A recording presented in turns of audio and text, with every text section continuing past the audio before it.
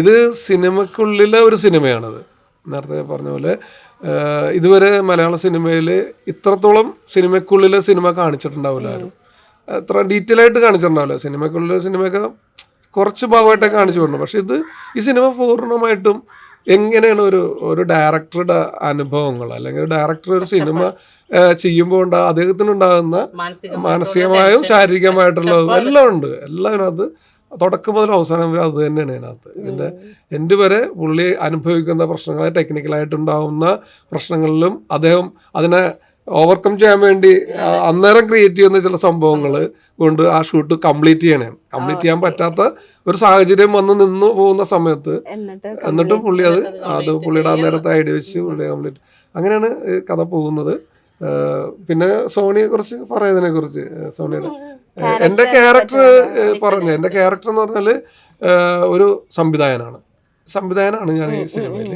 എന്നെ ഒരു ചാനലിൻ്റെ ഓണർ ഒരു സിനിമ ചെയ്യാനും വേണ്ടി ഏൽപ്പിക്കുകയാണ്. വ്യത്യസ്തമായ ഒരു സിനിമ, അതായത് ഇതുവരെ സിനിമ ലോകത്ത് ചെയ്യാത്ത രീതിയിലുള്ള ഒരു സിനിമ ആയിരിക്കണമെന്ന് അവർക്ക് നിർബന്ധമുണ്ട്. അപ്പോൾ അതിനുവേണ്ടി ഞാൻ ചെയ്യുന്ന ഒരു വർക്കാണ് ഈ പ്രേതങ്ങളുടെ കൂട്ടം എന്ന് പറയുന്ന സിനിമ. അതിൽ എൻ്റെ പേരായിട്ട് സോണി അസീമാണ് അഭിനയിക്കുന്നത്. ഞങ്ങൾ ഈ സിനിമയ്ക്കുള്ള സിനിമയിലും ഞങ്ങൾ നടീനടന്മാരായിട്ട് വരുന്ന ഒരു സാഹചര്യം ഉണ്ടാവും.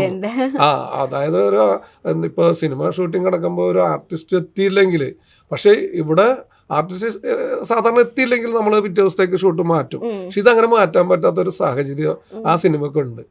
ആ സിനിമ ആ ടൈമിന് അവിടെ സ്റ്റാർട്ട് ചെയ്യണം. അങ്ങനെയാണ് ഒരു എഗ്രിമെന്റ് വന്ന് പോകുന്നത്. അപ്പോൾ സ്വാഭാവികമായിട്ടും ഞാനൊരു നാടക നടനാണെന്നുള്ള ഇതിൽ പറയുന്നുണ്ട് ഇതിനകത്ത്. ഞാൻ ഓൾറെഡി നാടകങ്ങളൊക്കെ ചെയ്യുന്നൊരു ആളാണ്, ആ ഒരു സംവിധായകനാണ് ഞാൻ. അപ്പൊ ഞാൻ തന്നെ കയറി അഭിനയിക്കുന്നു. അതെ, എന്റെ പേര് നിക്സൺ തന്നെയാണ്.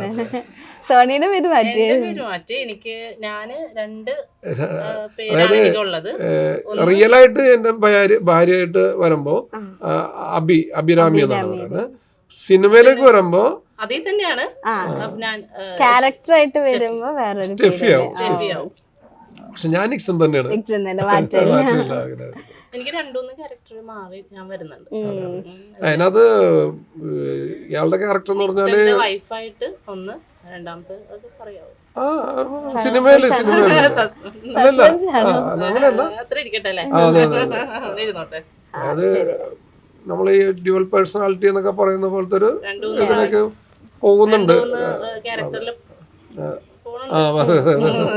അതെ, അങ്ങനെ പോകുന്നുണ്ട്. എൻ്റെ ക്യാരക്ടറും ഏതാണ്ടൊക്കെ ആ രീതിയിൽ തന്നെ. അതായത് ഞാൻ ഇതിൽ നിന്ന് മാറി അഭിനേതാവാകുമ്പോൾ ഞാൻ വേറെ സ്റ്റൈലിലാണ് ചെയ്തിരിക്കുന്നത്. രണ്ട് രീതിയിലുള്ളൊരു അഭിനയവും ഭാവങ്ങളും ഒക്കെ കാഴ്ചവെച്ചിട്ടുണ്ട് ഇതിനകത്ത്. ബാക്കിയെല്ലാം പ്രേക്ഷകരാണ് ഇപ്പൊ സോണി നേരത്തെ പറഞ്ഞു എൻ്റെ അമ്മ സൂപ്പറാണെന്ന് പറഞ്ഞ റിയാലിറ്റി ഷോ, അത് കഴിഞ്ഞ സിനിമയിലോട്ട് വന്നു എന്നൊക്കെ. അപ്പൊ എങ്ങനെ ഉണ്ടായിരുന്നു ഈ രണ്ടും മേജർ ആയിട്ടൊരു ഡിഫറൻസ് എന്താ തോന്നിയത്? സിനിമയും റിയാലിറ്റി ഷോ രണ്ടും ക്യാമറകളുടെ മുന്നിലാണല്ലോ. രണ്ടിന്റെ ഏറ്റവും വലിയൊരു ഡിഫറൻസ് എന്താ തോന്നിയത്? റിയാലിറ്റി ഷോയില് നമുക്ക് പറഞ്ഞു തന്നില്ല ഇന്ന കാര്യം, ഞാൻ ജോക്കറായിട്ട് വരെ വേഷമിട്ട ഒരാളാണ്. ഞാനൊരു കൊമേഡിയനായിട്ടാണ് എനിക്ക് അവിടെ കിട്ടിയ ഒരു പൊസിഷൻ. മീൻസ് ഞാൻ അങ്ങനെയാണ് അവിടെ ചെയ്തേക്കുന്നത്. അപ്പോൾ ഞാൻ ആദ്യമായിട്ട് ജോക്കറായിട്ട് വരെ പെൺവേഷത്തിൽ ജോക്കറായിട്ട് വന്നൊരാളാണ്. അത് നമ്മുടെ ഇഷ്ടമാണ്, നമ്മുടെ ഇഷ്ടത്തിലാണ് ചെയ്യണത്. സിനിമയിലോട്ട് വരാമെന്ന് പറഞ്ഞാൽ ഡയറക്ടറിന് അറിയാം അങ്ങേരുടെ കഥ. സുധീർ സാരിൻ്റെ തന്നെയാണ് കഥയും, അങ്ങനെ തന്നെ ഡയറക്റ്റ് ചെയ്തേക്കുന്നത്. അപ്പോൾ അങ്ങേരിക്കൊരു വ്യൂ ഉണ്ട്, ഇതിങ്ങനെയാണെന്ന്. നമ്മൾ അവിടം വരെ എത്തണം, ആ ഒരു വ്യൂ ഓഫ് പോയിന്റിൽ നമ്മൾ എത്തണം. അപ്പം അതിൻ്റേതായ ഒരു ഇതുണ്ടായിരുന്നു. പിന്നെ ഇത്രയും ക്യാമറേൻ്റെ മുമ്പിൽ കൂടി വന്നത് കൊണ്ട് പേടിയൊന്നും ഉണ്ടായിരുന്നില്ല. ചെയ്യാൻ പറ്റി. ഞാൻ ആഗ്രഹിച്ച ഒരു വേഷമാണ് എനിക്ക് ഇതിൽ കിട്ടിയിരിക്കുന്നത്. കാരണം നമ്മളെപ്പോഴും നമ്മളെന്താണ് എന്നുള്ളത് എനിക്കിപ്പോൾ എനിക്ക് പ്രേതമായിട്ട് അഭിനയിക്കുമല്ലേ, അങ്ങനെ ഇങ്ങനെ ചെയ്യണം, അങ്ങനത്തേക്ക് ഇഷ്ടമുള്ള ഒരാളാണ്.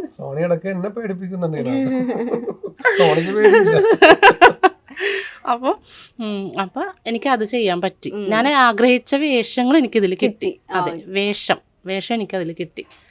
പിന്നെ ഈ പൊതുവെ പറയാറുണ്ട് പലപ്പോഴും ഇപ്പൊ ഒരു റിയാലിറ്റി ഷോയില് വിന്നർ അല്ലെങ്കിൽ പലപ്പോഴും റിസൾട്ട് വരുമ്പോ ഫെയർ അല്ല അല്ലെങ്കിൽ ഇത് മാറാം, അപ്പൊ അങ്ങനത്തെ വല്ല അതൊന്നുമില്ല. അത് ഓരോരുത്തർക്കുള്ള അനുഭവങ്ങളാണ്. അപ്പൊ നമ്മളില്ല എന്ന് പറയുമ്പോൾ അതുള്ളവർക്ക് അത് വേദനയാവും. അവർക്ക് ചിലവർക്ക് എനിക്കതില്ല, ഞാൻ ഫസ്റ്റ് എത്തൂല എന്ന് എനിക്കറിയായിരുന്നു. ഞാൻ ഒരു കോമഡിയന് അങ്ങനെ ആയിരുന്നു. ഞാൻ ഫസ്റ്റ് എത്തൂല എന്ന് എനിക്കറിയായിരുന്നു. പിന്നെ അവിടം വരെ എത്തിയത് തന്നെ ദൈവഭാഗ്യം. നമ്മൾ 4 പേര് ഞാൻ പുറത്തിറങ്ങുമ്പോൾ എന്നെ അറിയുന്നു, സന്തോഷം, അത്രയേ ഉള്ളൂ. കിടന്ന് അത്ര ഭയങ്കരമായിട്ട് കിടന്നിട്ട് അഭിനയിച്ച് അങ്ങനെയൊന്നുമല്ല, ഉള്ളത് വൃത്തിയായിട്ട് ചെയ്തിട്ടുണ്ട്. പൂർണിമ, ഇന്ദ്രജിത്ത് ആയിരുന്നു, അവർക്കൊക്കെ വലിയ ഇഷ്ടമായിരുന്നു. വിനയ് പ്രസാദ്, ബെന്നി പി നായർ സാർ, ജയറാമും പാർവതിയും ഗസ്റ്റായിട്ടാണ് വന്നത്.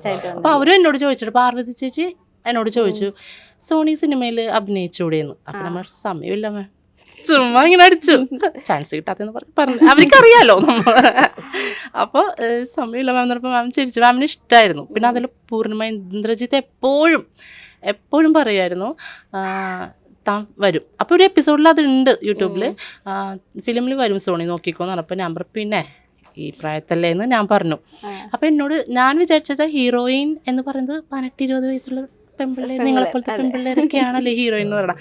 അപ്പോൾ പൂർണിമ മാം ഇങ്ങനെ പറഞ്ഞപ്പോൾ ഞാൻ പറഞ്ഞു ഇവ ആവില്ലാന്ന്. പക്ഷേ ആ വാക്ക് സത്യമായി. അത് കഴിഞ്ഞിറങ്ങിയപ്പോഴത്തേക്കും നമ്മുടെ നിക്സനും സുധീർ സാലി ഡയറക്ടറൊക്കെ കറക്റ്റായിട്ട് അങ്ങനെ വിളിച്ചു. അവർ പറഞ്ഞ വാക്ക് സത്യമായി. അങ്ങനെ